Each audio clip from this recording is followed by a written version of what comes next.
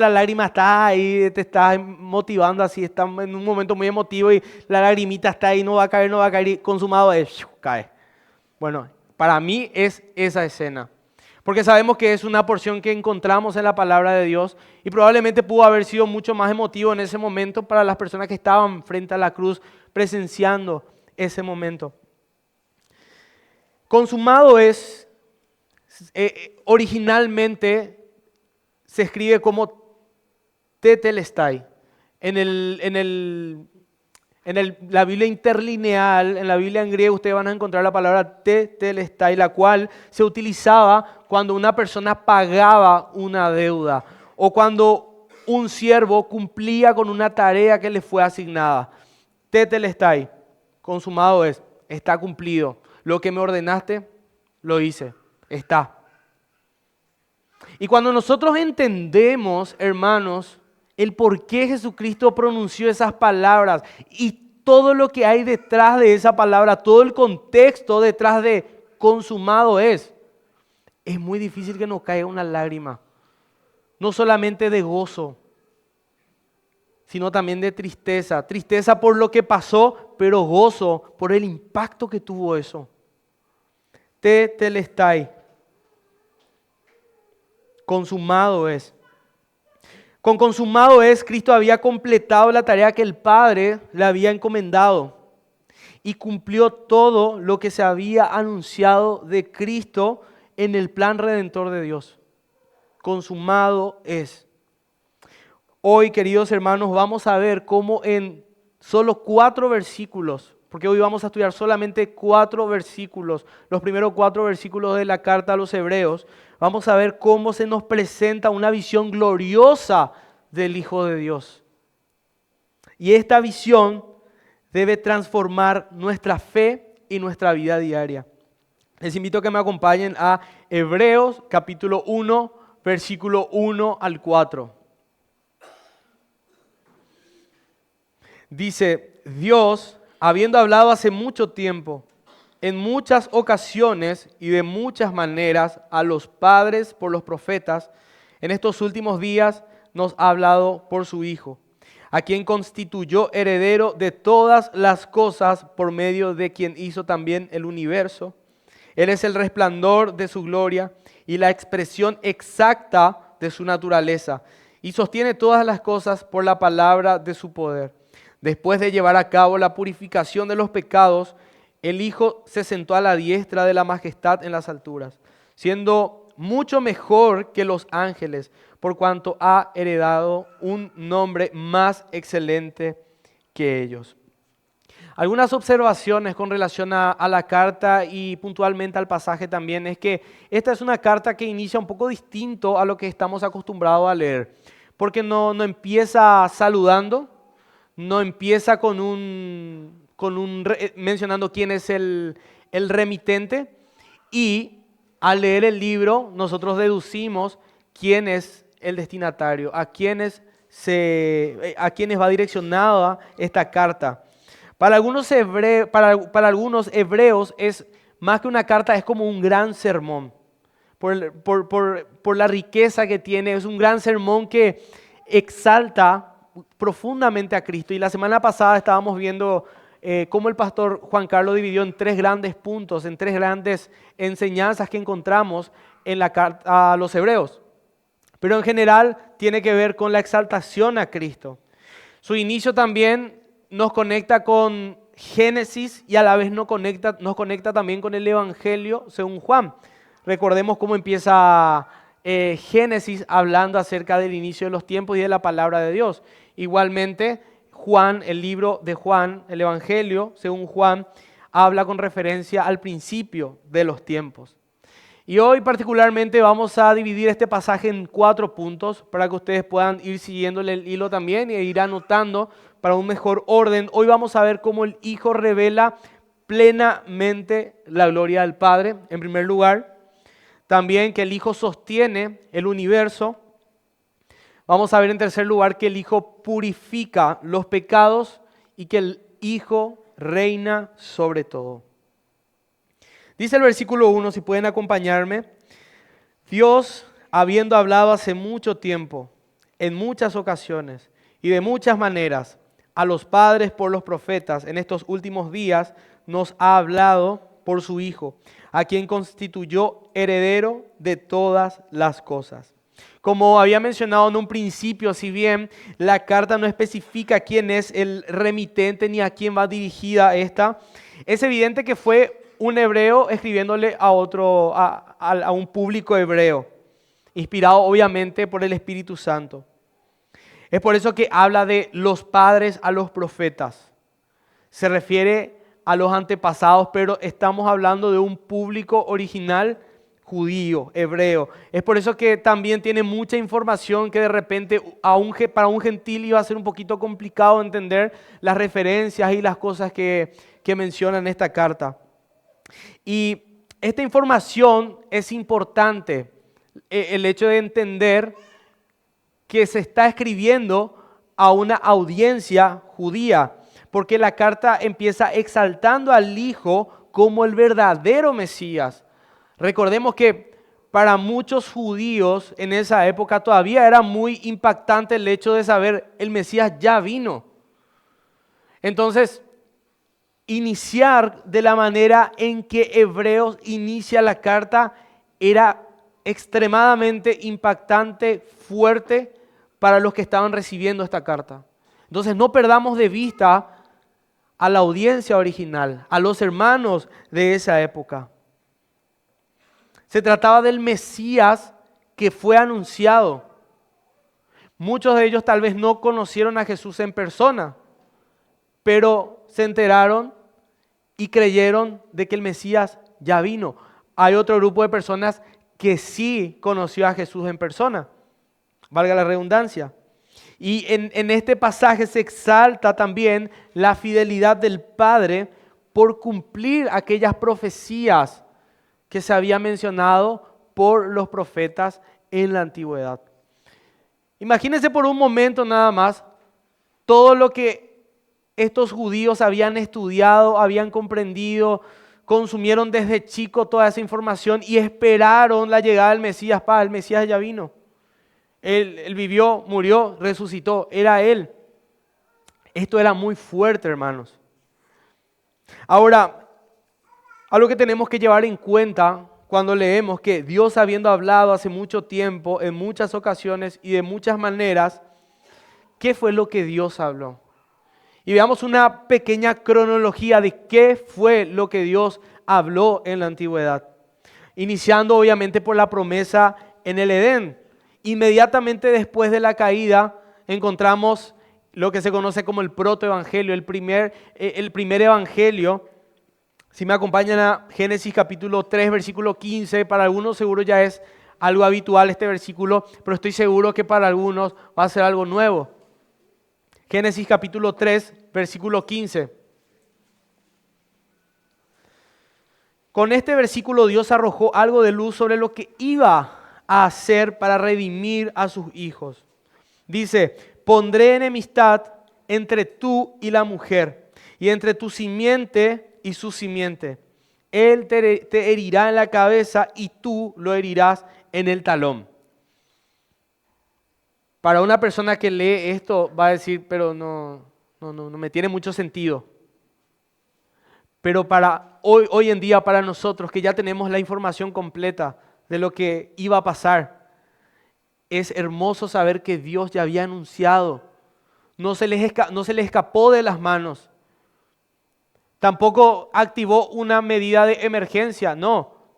Él ya tenía preparado ese programa redentor que vamos a ir viendo durante todo el Antiguo Testamento. Él ya lo tenía todo preparado. Y hermanos, lo que menciona Génesis 3:15 ocurrió en la cruz. Luego vemos la promesa a Abraham. ¿Qué fue lo que le prometió a Abraham?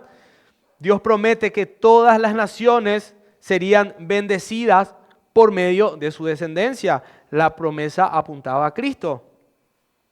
La bendición universal, eso lo vemos en Génesis capítulo 12, no hace falta que busquen. Hay pasajes que voy a ir, porque tenemos muchos pasajes, entonces no podemos detenernos en todos, pero les pido que puedan ir anotando y lo puedan revisar en sus casas. Génesis 12, después tenemos también en Génesis 22 cómo Dios anuncia a Abraham. Y esta información, esta promesa reitera a Isaac y a Jacob en Génesis 26 y Génesis capítulo 28. También tenemos la sombra en cuanto a la ley y los sacrificios. Dios instruye al pueblo con una serie de leyes y sacrificios. Cada sacrificio y fiesta apunta a Cristo como el Cordero perfecto que quita el pecado. Eso dice Juan capítulo 1, versículo 29.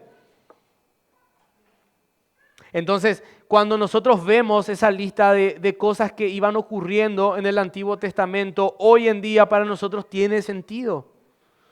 Tiene sentido porque lo que Dios estaba haciendo era anunciar gradualmente lo que iba a hacer con Cristo para la redención, para el perdón del pecado. Dios dio detalles importantes, por ejemplo, a Isaac sobre el Mesías. Eso es algo que tenemos que llevar en cuenta también. Isaías dio importantes detalles a Isaías, no Isaac. Dice Isaías 7:14, por ejemplo, que habla acerca del nacimiento virginal. Hasta dio detalles. Vemos incluso en Salmos cómo hay fragmentos de las palabras de Jesús que fueron pronunciadas en la cruz. En Isaías encontramos, por tanto el Señor mismo les dará esta señal. Miren, una virgen concebirá y dará a luz un hijo y le pondrá por nombre Emmanuel. En Isaías 9, 6 al 7 dice, habla sobre la profecía del Mesías rey como príncipe de paz también. En Isaías 53, que es uno de los más conocidos, Cristo como el siervo sufriente que carga con nuestros pecados. En Salmo 22, que encontramos específicamente las palabras de Jesús. Y podemos estar todo el día realmente viendo versículos que apunten a Cristo, porque todo el Antiguo Testamento apunta a Cristo. Pero la pregunta más importante que tenemos que hacer es, ¿por qué Cristo es la revelación definitiva de Dios?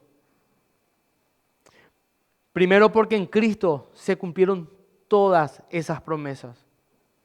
¿Alguna vez se pusieron a pensar, hermanos, que todas esas promesas que están en el Antiguo Testamento, que hablan de Cristo, de su venida, de su nacimiento, de su vida en la tierra, de su muerte, todas se cumplieron? Todas se cumplieron. Y yo les animo a que puedan estudiar y profundizar un poco más sobre esto para saber qué relación tenía con las fiestas, qué relación tenía con los sacrificios, qué relación tenía con las batallas, qué relación tenía con las leyes. O sea, es hermoso, hermanos, y van a valorar mucho más todo el plan redentor de Dios que aparece en la Biblia.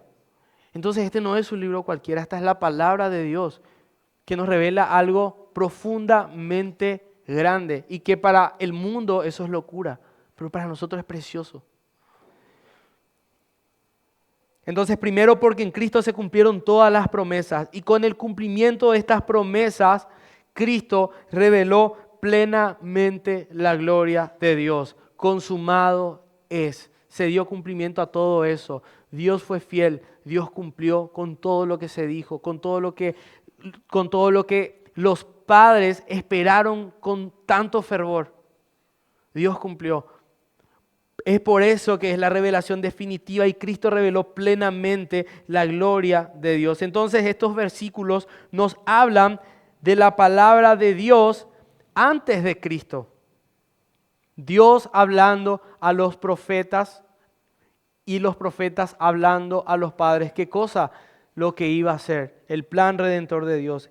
Y durante la presencia corporal de Cristo, antes nos habló por los profetas, ahora nos habla por su Hijo.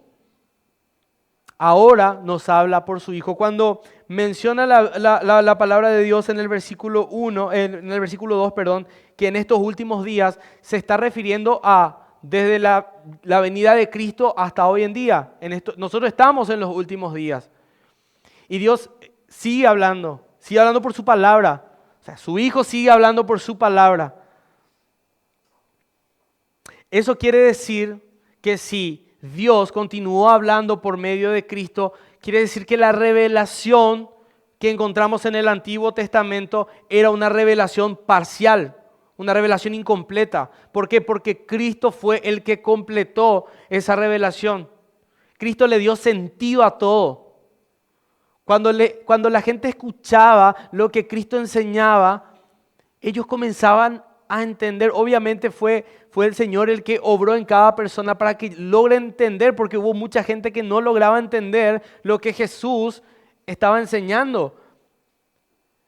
Pero Jesús reveló plenamente ese plan que el Señor tenía.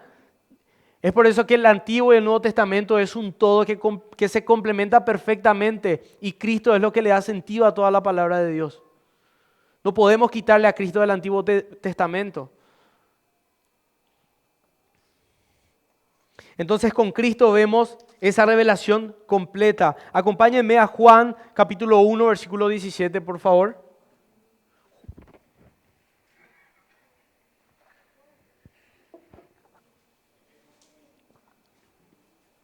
Juan capítulo 1, versículo 17.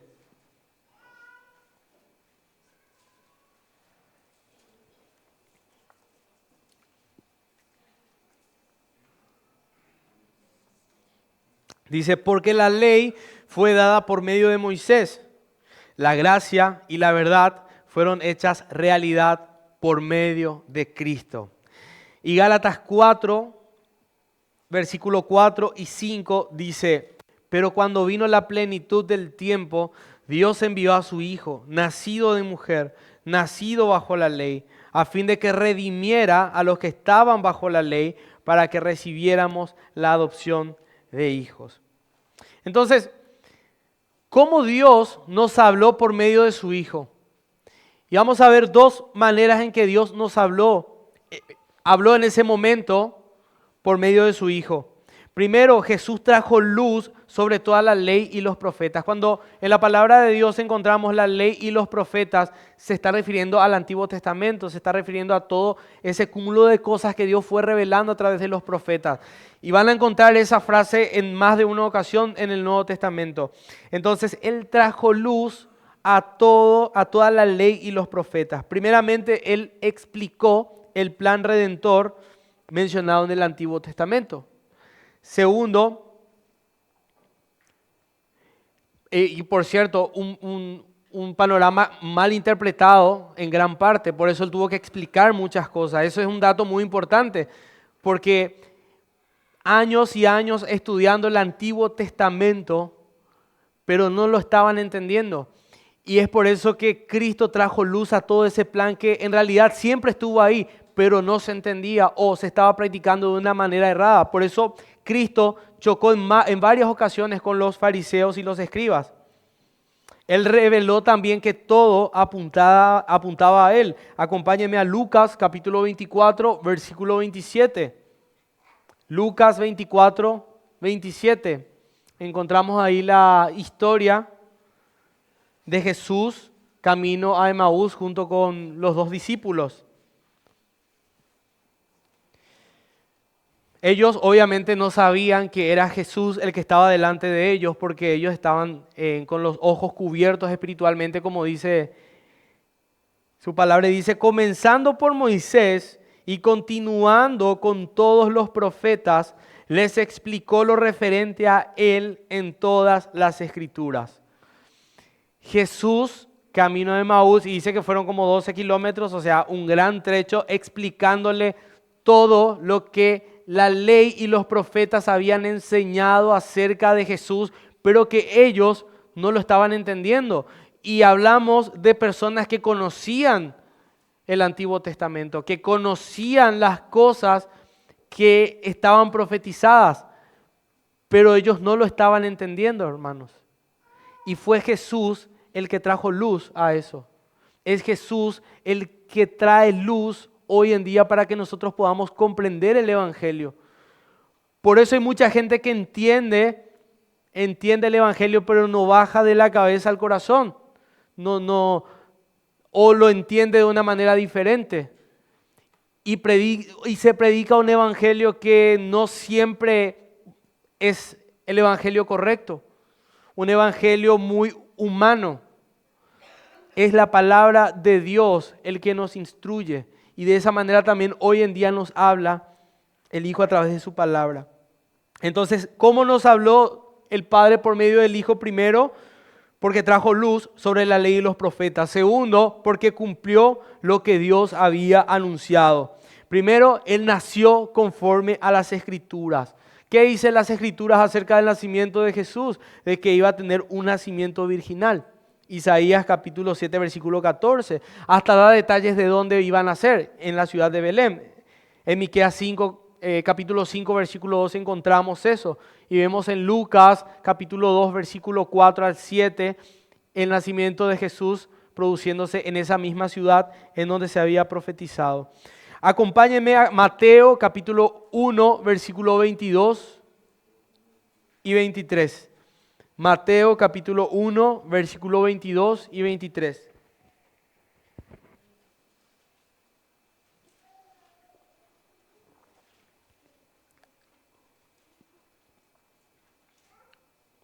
Y dice, todo esto sucedió para que se cumpliera lo que el Señor había hablado por medio del profeta diciendo, miren, la Virgen concebirá y dará a luz un hijo y le pondrán por nombre Emmanuel, que traducido significa Dios con nosotros. No voy a buscar el pasaje ahora mismo, pero sé que se encuentra en Lucas. Esa escena en donde este hombre, Simeón, si mal no recuerdo, Simeón vio a Jesús e inmediatamente glorificó a Dios porque estaba delante del Salvador, siendo él un bebé. Es precioso, hermanos, porque él estaba delante del Mesías y fue Dios el que abrió su entendimiento para que él pueda reconocer. Y él dice, ahora puedo morir en paz porque conocí al Salvador, conocí a Cristo, conocí al Mesías. Todo lo que sucedió para que se cumpliera lo que el Señor había hablado. Entonces, Él nació conforme a las Escrituras. Él vivió conforme a las Escrituras también. Veamos en Lucas capítulo 22, versículo 3, dice, porque les digo que es necesario que en mí se cumpla esto que está escrito. Él vivió conforme a las Escrituras. Por eso dice la palabra que Él fue obediente hasta la muerte. Él también murió y resucitó conforme a las Escrituras. Acompáñenme a 1 Corintios capítulo 15, versículo 3. 1 Corintios capítulo 15, versículo 3.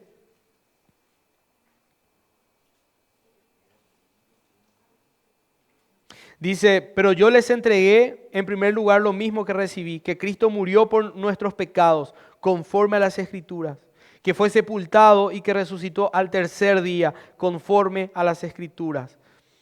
Esto es el apóstol Pablo hablando del Evangelio. Luego en Filipenses capítulo 2, versículos 5 al 8. Qué lindo escuchar el ruidito de las Biblias ahí. Filipenses capítulo 2, versículos 5 al 8. Dice, haya pues en ustedes esta actitud que hubo también en Cristo Jesús, el cual, aunque existía en forma de Dios, no consideró el ser igual a Dios como algo a que aferrarse, sino que se despojó a sí mismo, tomando forma de siervo, haciéndose semejante a los hombres. Y hallándose en forma de hombre, se humilló él mismo, haciéndose obediente hasta la muerte y muerte de cruz. Él, siendo Dios, fue obediente hasta la muerte y muerte de cruz. Martín Lutero dijo, cuando tengas dudas de quién es Dios, no lo busques en el cielo inaccesible, sino míralo en el pesebre, en la cruz y en el trono. Allí está Cristo, la perfecta revelación del Padre. Dios habló por los profetas a los padres, pero en estos últimos tiempos nos ha hablado por su Hijo. En estos últimos tiempos nos habló por su Hijo. Él es la perfección. Él es mayor que todos los profetas. Mayor a todos los profetas. Y más adelante leemos también, es mayor a todos los ángeles. Y eso también abarca nuestro tiempo. Hoy nos habla a través de su palabra. ¿Cómo nos habla hoy en día? Nos habla a través de su palabra, a través de lo escrito. ¿Por qué? Porque es inspirado por el Espíritu Santo. Realmente es un poco incómodo cuando una persona quiere refutar lo que dice la palabra de Dios. ¿Por qué? Primeramente, porque fue Dios el que inspiró para ser escrita. Hace poco vi una publicación, la publicación de una persona en redes sociales que ni siquiera se estaba discutiendo con alguien, sino que directamente puso un fragmento de la Biblia, un fragmento, no recuerdo exactamente qué versículo era, pero un fragmento, y agregó un comentario que decía, pero por favor. Era algo así como,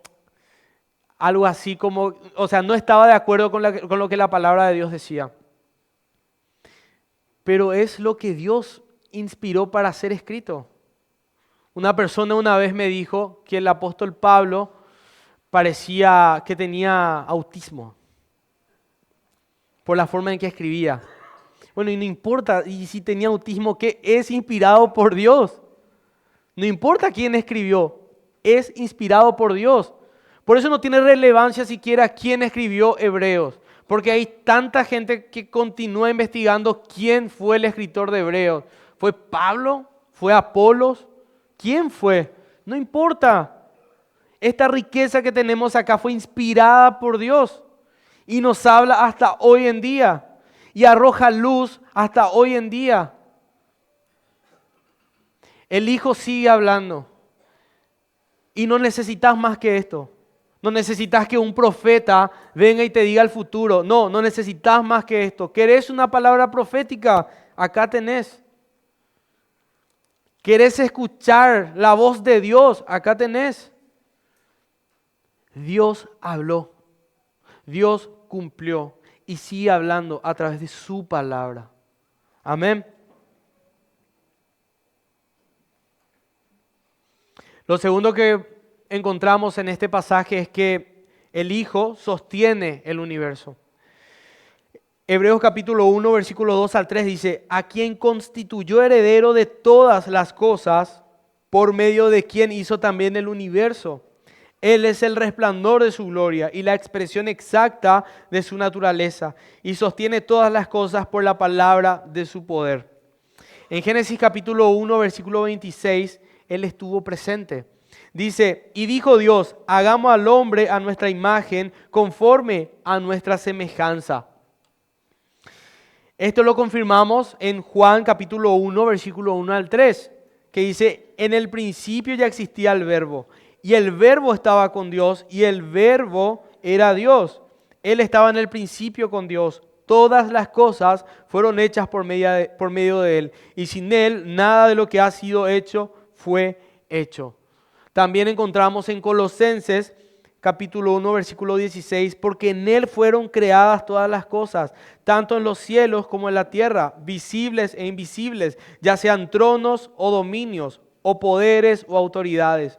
Todo ha sido creado por medio de Él y para Él.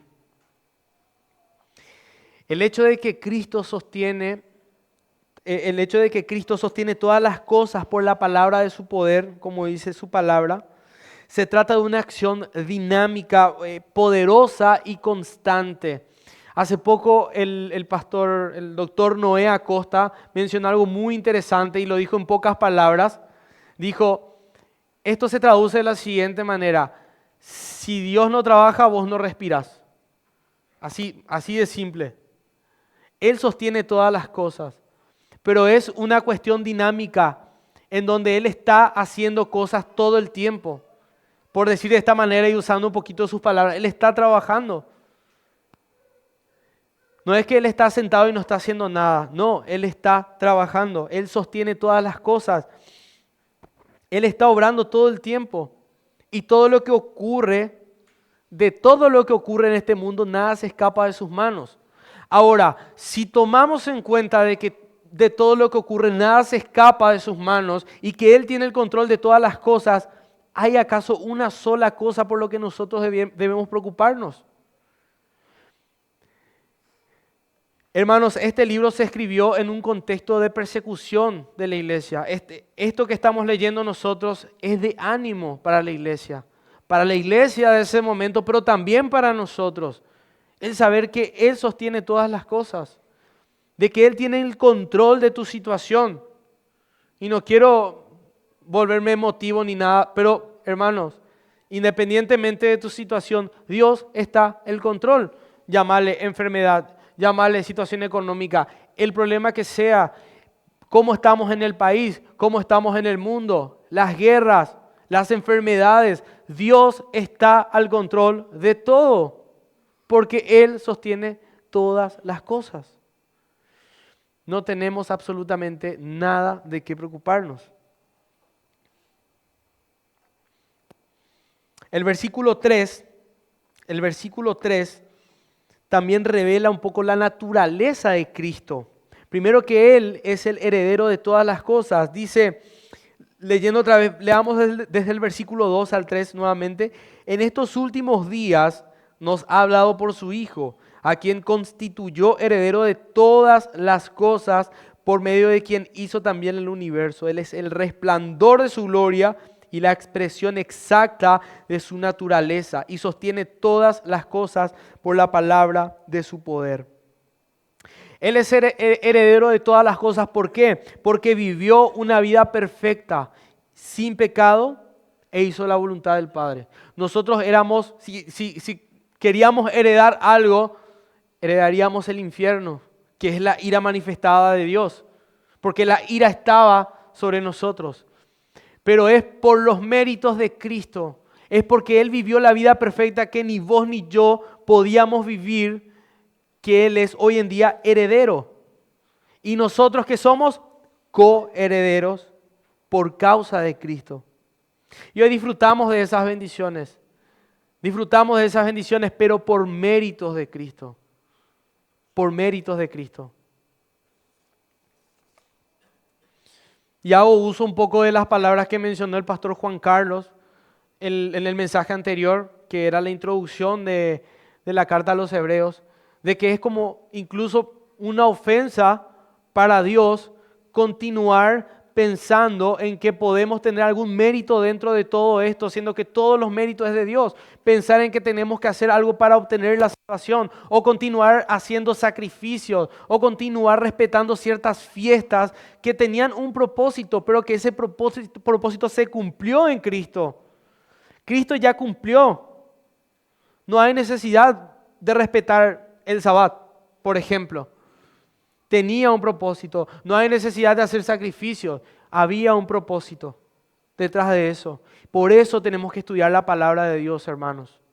Por eso tenemos que escudriñar su palabra y entender que Cristo es lo que le da sentido a todos. Porque si nos falta eso, entonces vamos a continuar haciendo prácticas que hoy en día ya no están vigentes para nosotros. Es muy importante que entendamos eso. Por medio de quien hizo también el universo. Él es creador de todo. Y como vimos hace rato, Él participó de la creación porque Él forma parte de la Trinidad. Podemos hablar muchas cosas acerca de la Trinidad. Esto confirma su participación en la creación de todo. Él es la segunda persona de la Trinidad. Y como dijo una vez John MacArthur, entendemos la Trinidad está en la palabra de Dios. Tal vez no vamos a ver cómo funciona, pero es una realidad. Padre, Hijo, Espíritu Santo. Él es el resplandor de la gloria de Dios y la expresión exacta de su naturaleza. Estamos viendo lo que menciona aquí su palabra en Hebreos. Él es el resplandor de la gloria del Padre. Esto identifica a Cristo como igual a Dios. Y nuevamente volvamos a pensar en la audiencia original que estaba leyendo esto. Cristo igual a Dios. Cristo es Dios. Para algunos que no creían en Él como Mesías era para rasgarse las vestiduras. Pero para los que creían, para los hermanos en ese momento, era precioso escuchar eso.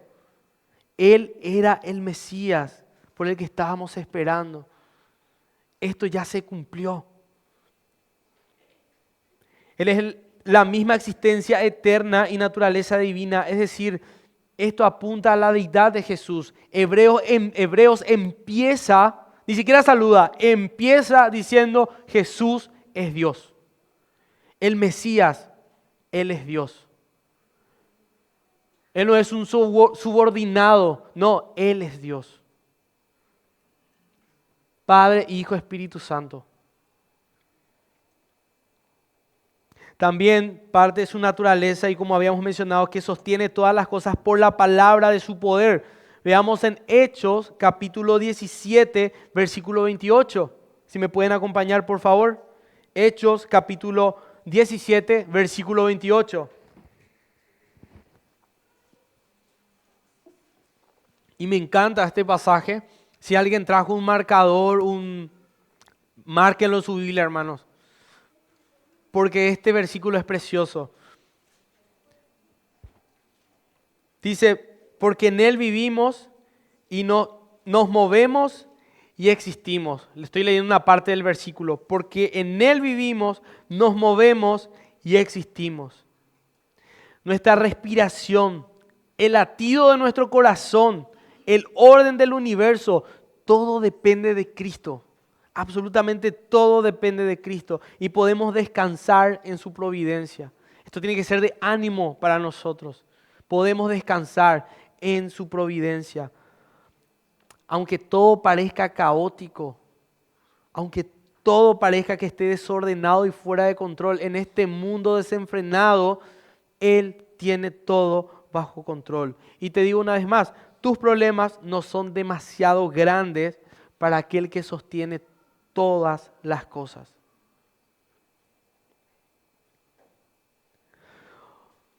Otra de las cosas que vemos también en este pasaje es que Él purifica los pecados. Dice Hebreos 1:3, después de llevar a cabo la purificación de los pecados, el Hijo se sentó a la diestra de la majestad en las alturas.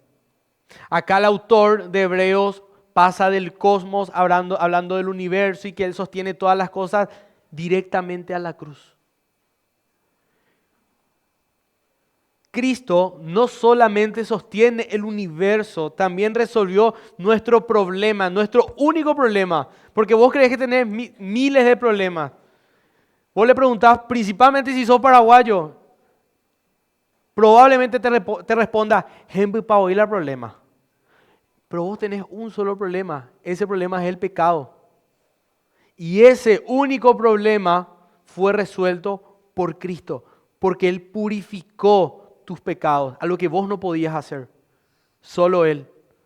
¿Por qué? Porque vivió lo que vos no pudiste vivir y porque logró lo que vos no ibas a lograr. Ni vos, ni yo, y ningún ser humano era capaz de hacer. Por eso Cristo vino a morir por vos.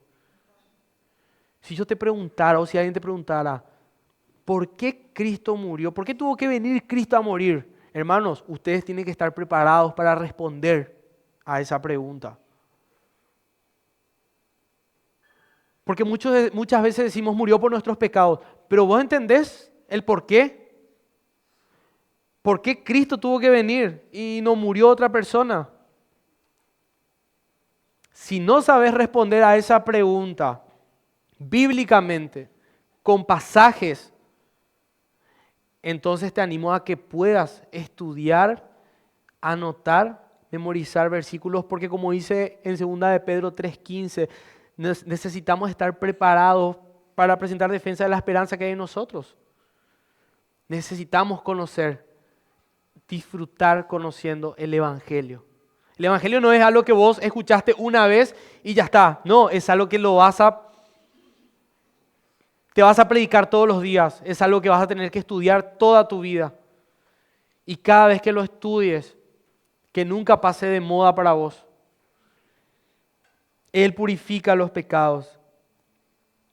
Hebreos capítulo 9, versículo 26. Voy a adelantarme un poquitito a lo que se va a predicar más adelante. Solamente una parte de ese versículo. Dice, Hebreos capítulo 9, versículo 26. Se presentó una vez para siempre por el sacrificio de sí mismo para quitar de en medio el pecado. Repito, se presentó una vez para siempre por el sacrificio de sí mismo para quitar de en medio el pecado. Los judíos entendían perfectamente lo que el autor les estaba diciendo. Para nosotros al leerlo puede ser un poquito conflictivo, necesitamos entender un poco el contexto, pero ellos sí entendían. En la antigüedad, los sacerdotes debían hacer sacrificios para cubrir los pecados. Antes de Cristo eran los sacrificios para cubrir los pecados. Y todo eso se hacía todo el tiempo. Se hacía a la mañana, a la noche, se hacía una vez al año también la expiación. Incluso el sacerdote que realizaba el sacrificio tenía que hacer un sacrificio por él también y después por el pueblo. Era todo un protocolo y se tuvo que hacer un montón de veces. Pero Cristo hizo un solo sacrificio. Porque esos sacrificios que se hacían eran una sombra del sacrificio perfecto que se iba a realizar por medio de Cristo. Él no hizo un sacrificio con un animal. Él se entregó a sí mismo. Él fue el Cordero. Él se entregó a sí mismo. Una vez y para siempre. Primera de Juan 1:7 dice, la sangre de Jesús, su Hijo, nos limpia de todo pecado. Él ocupó el lugar del Cordero. Y Él era mucho más perfecto que cualquier animal que se consideraba perfecto para la expiación. Por su sangre fue purificado nuestro pecado. No fue con ángeles, no fue con rituales, tampoco fue en templos, fue en una cruz. La peor forma, la forma más vergonzosa que pudo morir o que podía morir un hombre en aquella época. Bien, de esa manera murió el Salvador, el Rey de Reyes y Señor de Señores, en una cruz. De la peor manera. Por vos y por mí. Entonces, hermanos, no hay una culpa tan grande que Cristo no pueda limpiar. Cristo purifica tus pecados. Una vez una persona me dijo, no creo que Dios me perdone por todo lo que hice. Hermanos, no hay ninguna culpa tan grande que Cristo no pueda limpiar. No hay pecado tan profundo que su sangre no pueda purificar. Nuestra esperanza no está en obras que tengamos que hacer, sino en el sacrificio perfecto de Jesús. Él purifica nuestros pecados. También encontramos en este pasaje, como último punto, que el Hijo reina sobre todo. Hebreos capítulo 1, versículo 3 al 4.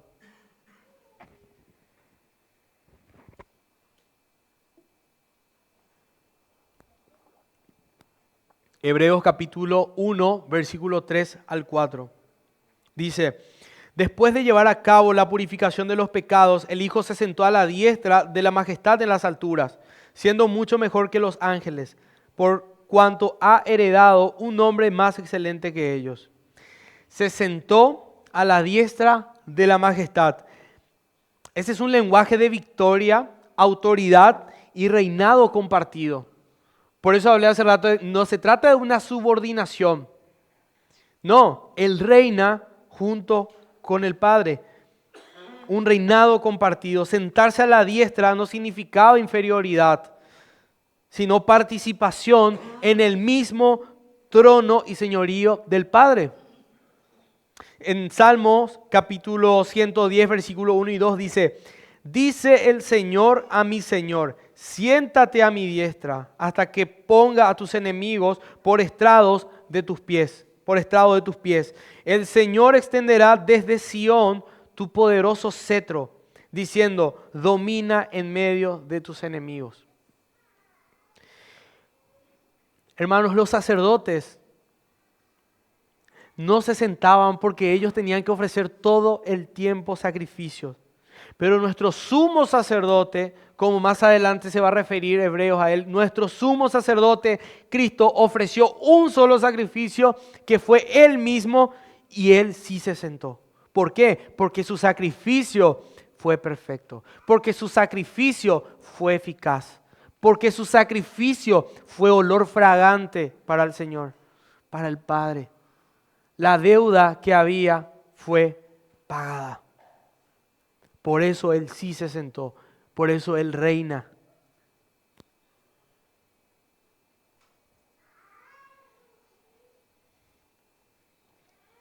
Dios no solo cumplió con la venida del Mesías, sino que también lo exaltó. Dice Filipenses 2, 9 al 10, por lo cual Dios también lo exaltó hasta lo sumo y le confirió el nombre que es sobre todo nombre, para que al nombre de Jesús se doble toda rodilla de los que están en el cielo y en la tierra y debajo de ella. Cristo no solamente es el Salvador, Cristo también es Señor y Rey. Nadie puede compararse con Él, ni los ángeles, ni los profetas, ni ningún ser humano. Es triste que hayan ciertas religiones que le tengan a Cristo un cierto falso respeto, pero lo consideren un profeta más. Es necesario leer las Escrituras para entender la gloria del Hijo y cómo Dios lo exaltó.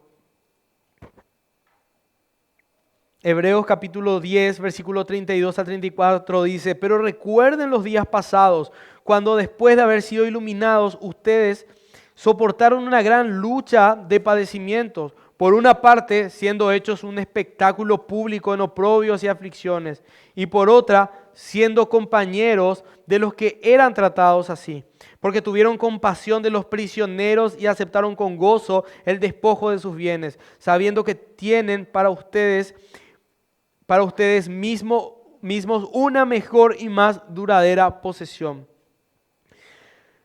La audiencia original, los hermanos de esta época estaban sufriendo fuertes persecuciones. Por eso les mencioné que este pasaje, esta carta, era una carta de aliento en medio de muchos problemas que ellos estaban viviendo en esa época.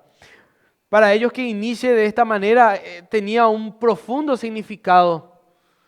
Dios tiene el control. Vamos muchachos, vamos a seguir adelante. No se desanimen.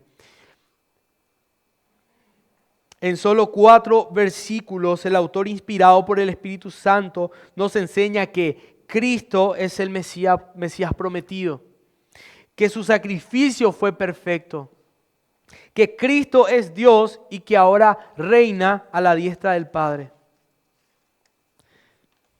Hebreos capítulo 15, versículo 16 dice, porque no tenemos un sumo sacerdote que no pueda compadecerse de nuestras flaquezas, sino uno que ha sido tentado en todo como nosotros, pero sin pecado. Por tanto, acerquémonos con confianza al trono de la gracia para que recibamos misericordia y hallemos gracia para la ayuda oportuna.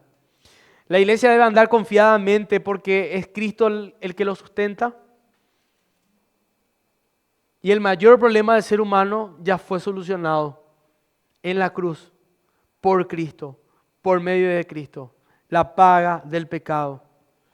Y eso no fue gratuito, fue por medio de la sangre que Cristo derramó. Él pagó por vos. Este pasaje, hermanos, no nos enseña que Cristo es un mensajero más. Él no es un mensajero más. Es la voz final de Dios, la revelación plena de su gloria, el Salvador suficiente y Rey exaltado. Debemos escucharlo, debemos confiar en Él, debemos confiar en su palabra, debemos obedecerlo y debemos adorarlo como iglesia. Eso es lo que nosotros tenemos que sacar de este pasaje. Como iglesia, escucharlo, confiar en Él, obedecerlo y adorarlo. No escuchar a profetas que dicen que escuchan la voz de Dios. No, escuchar su palabra, lo que está escrito, lo que ya está escrito. Hoy nosotros escuchamos la palabra de Dios a través de la Biblia porque aquí está su revelación. Es por eso que la iglesia tiene que escudriñar las Escrituras. Principalmente hoy en día, con tantas corrientes de pensamientos, con tantas doctrinas, con tantas líneas, con tanta filosofía que puede dañar la sana doctrina. Debemos estar preparados, hermanos. Debemos cuestionarnos cosas. Debemos estar siempre analizando lo que se predica desde los púlpitos. No por una cuestión de querer saber más, por amor a la palabra de Dios, por amor al sacrificio de Cristo. Debemos deleitarnos en conocerle, haciéndonos cada día más dependientes de Él. Que lleguemos a ese momento en que si no leímos su palabra por lo menos una vez en todo el día, nos sintamos mal, nos sintamos un poco culpables. Que nos sintamos culpables al decir no tengo tiempo. Sí tenés tiempo, es imposible. Que nos volvamos cada día más dependientes de Él y seamos como el salmista que habla de que Él se deleita en conocer a Cristo. Hermano, ¿te estás deleitando en conocerle a Cristo? ¿Te estás deleitando?